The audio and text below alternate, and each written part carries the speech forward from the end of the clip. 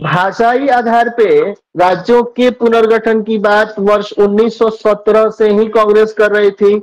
महात्मा गांधी भी इस विचार से सहमत थे और पंडित नेहरू भी इस विचार से सहमत थे कि चूंकि हम विविधता वाले देश हैं, तो जब देश आजाद होगा तो राज्यों का पुनर्गठन इसी हिसाब से हम कर देंगे, कोई दिक्कत नहीं थी। लेकिन जब हम आजाद हुए तो उस समय की परिस्थितियां अजीब थी। धर्म के आधार पर देश का बंटवारा पहले ही हो रहा था और दो धड़े, इधर एक पश्चिमी पाकिस्तान और उधर पूर्वी पाकिस्तान पहले ही धर्म के आधार पर बंट गए थे। और जब हम लोग अब उस स्थिति में हम आगे बढ़ रहे थे, तो अब नेहरू जी का मन बदल गया और नेहरू जी के साथ साथ गांधी भी अब ये सोचने लगे कि हम पहले ही इतने अजीब तरीके से धर्म के आधार पे बट गए हैं, और अगर हम इस तरीके की कोई चीज करते हैं कि भाषाई आधार पर राज्यों का पुनर्गठन करते हैं, तो फिर देश के टुकड़े टुकड़े हो जाएंगे, इसमें कोई संदेह नहीं है। तो धर्म के आधार पे बटा तो भाषा के आधार पे हम नहीं बांटेंगे, और ये चीज उन्होंने एकदम जबरदस्त तरीके से मतलब कि मान लिया कि अब हम नहीं करेंगे तो नहीं करेंगे। दूसरी ओर महाराष्ट्र में लगातार विरोध प्रदर्शन हो रहे थे, क्योंकि एक बहुत बड़ी संख्या में साउथ इंडिया के लोग जो कन्नड़, मलयाली और ये भाषा बोलने वाले लोग थे, ये लगातार उधर भरते जा रहे थे। और ये इससे मराठी लोग बहुत आहत थे और वो चाहते थे कि भाषाई आधार पर अगर राज्य सबको मिल जाए तो बहुत दिक्कत नहीं होगी।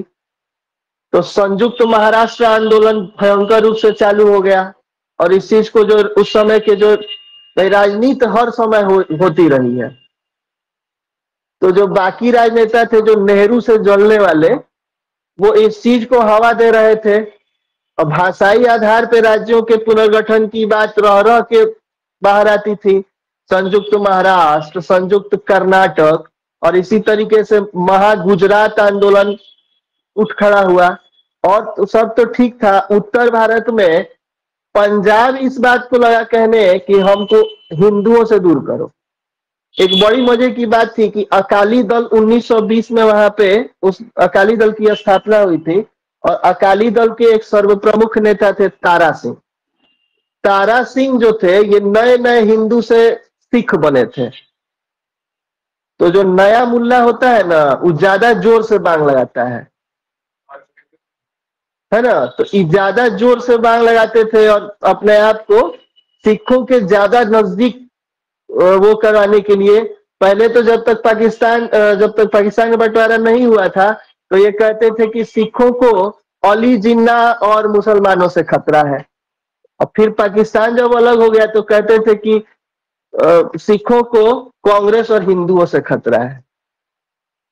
तो देश और समय काल के हिसाब से इनकी मांग भी बहुत बदलती जाती थी। और पंजाब में हो हल्ला मचा और वहां पे जो, हालांकि असल बात ये थी कि वहां जो हिंदू भी थे वो भी बोलते, वो कहते थे कि सारा कुछ गुरुमुखी लिपि में करो, क्योंकि ये गुरु की भाषा है, गुरु द्वारा बोले हुए शब्द है। अब वह हिंदू भी गुरुमुखी लिपि का यूज करते थे, पढ़ते लिखते थे, सब करते थे। पंजाबी का बहुत बड़े स्तर पे यूज होता था, लेकिन अब उनका एक अलग राज था कि नहीं, हिंदुओं को यहाँ से अलग करो, हिंदुओं को वो करो। तो अब उत्तर से लेके दक्षिण भारत तक एक भयंकर आंदोलन हो गया और लोग अपने अपने भाषा के आधार पर देश राज्य की मांग करने लगे। नेहरू जी एकदम असमंजस में थे और एकदम जबरदस्त तरीके से विरोध भी कर रहे थे कि नहीं, हम भाषा के आधार पे तो भाई हम नहीं करेंगे। इसी बीच इस बात पे बातचीत करने के लिए इन्होंने कहा कि जब चलो थोड़ा संतुष्ट लॉलीपॉप दे देते हैं इन लोगों को, तो इन्होंने कहा कि एक काम करो, एक समिति बनाते हैं और भाषाई प्रांत आयोग इन्होंने एक गठित कर दी और कहा कि भाषाई प्रांत आयोग, एक प्रशासक थे एसके धर नाम था उनका, एसके धर आयोग के नाम से इस आयोग को जाना जाता है। और उसकी स्थापना उसका गठन इन्होंने किया और कहा कि विचार कीजिए कि भाषा के आधार पर राज्य बनना चाहिए कि नहीं बनना चाहिए, राज्यों का पुनर्गठन होना चाहिए कि नहीं होना चाहिए। तो एसके धर आयोग के बारे में थोड़ा सा पहले लिखवा देते हैं, तो अब आगे कंटिन्यू करेंगे, नहीं तो फिर ये बोलने में छूट जाएगा और फिर गड़बड़ा जाएगा।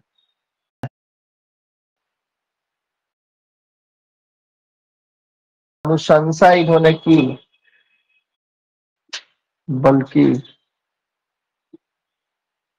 प्रशासनिक सुविधा के आधार पर होना चाहिए।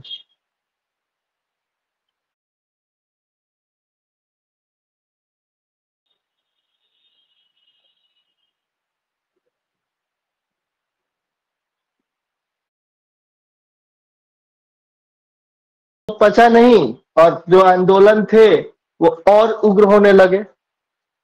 तो उन आंदोलनों को देखते हुए फिर इन्होंने कहा कि एक काम करते हैं कि जो जिन लोगों की बात लोग मान सकते हैं उनको केंद्र में रख के एक आयोग बनाते हैं, और वो आयोग जैसा कहेगा वो होगा।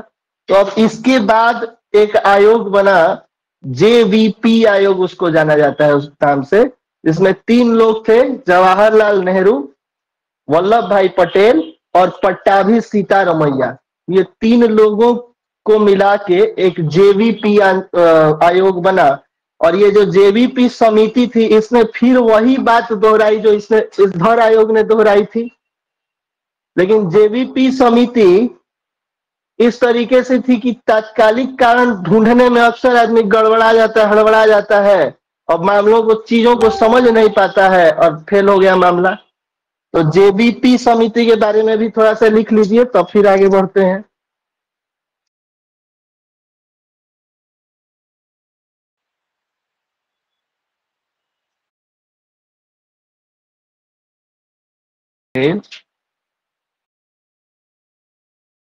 आधार पे हम राज्य नहीं बनाएंगे, भाषाई आधार पे हम राज्य नहीं बनाएंगे।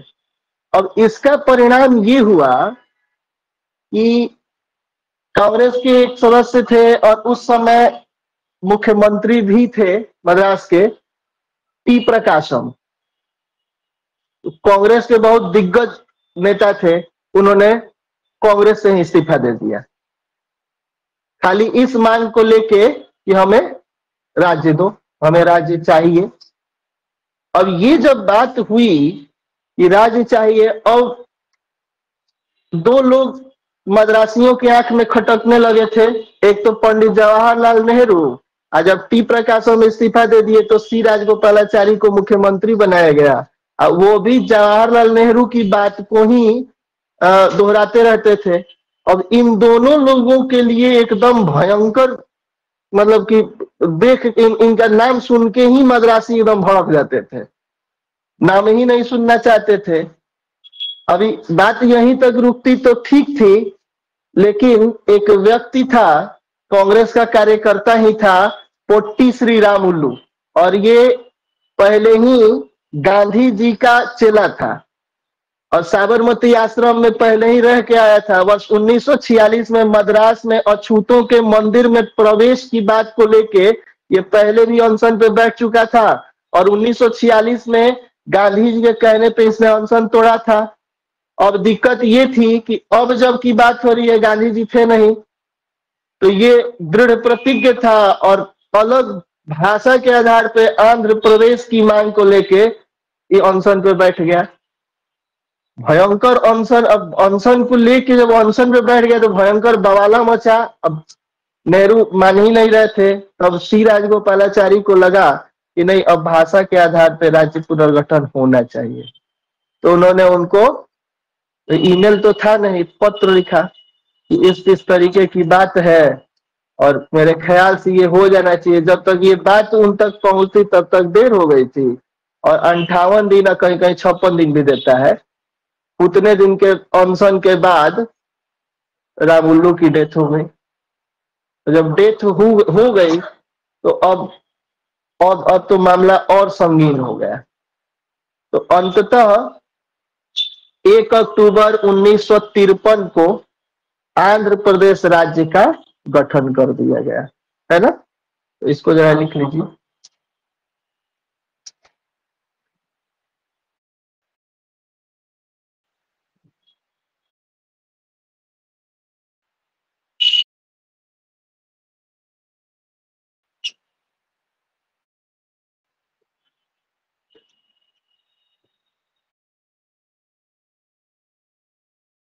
है ना, 2 जून 2014 को इसी से टूट के तेलंगाना राज्य बना था।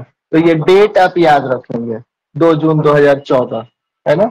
उसके अलावा इसका गठन तारीख और ईयर, ये दोनों याद रखिएगा, ये दोनों ही इंपॉर्टेंट है।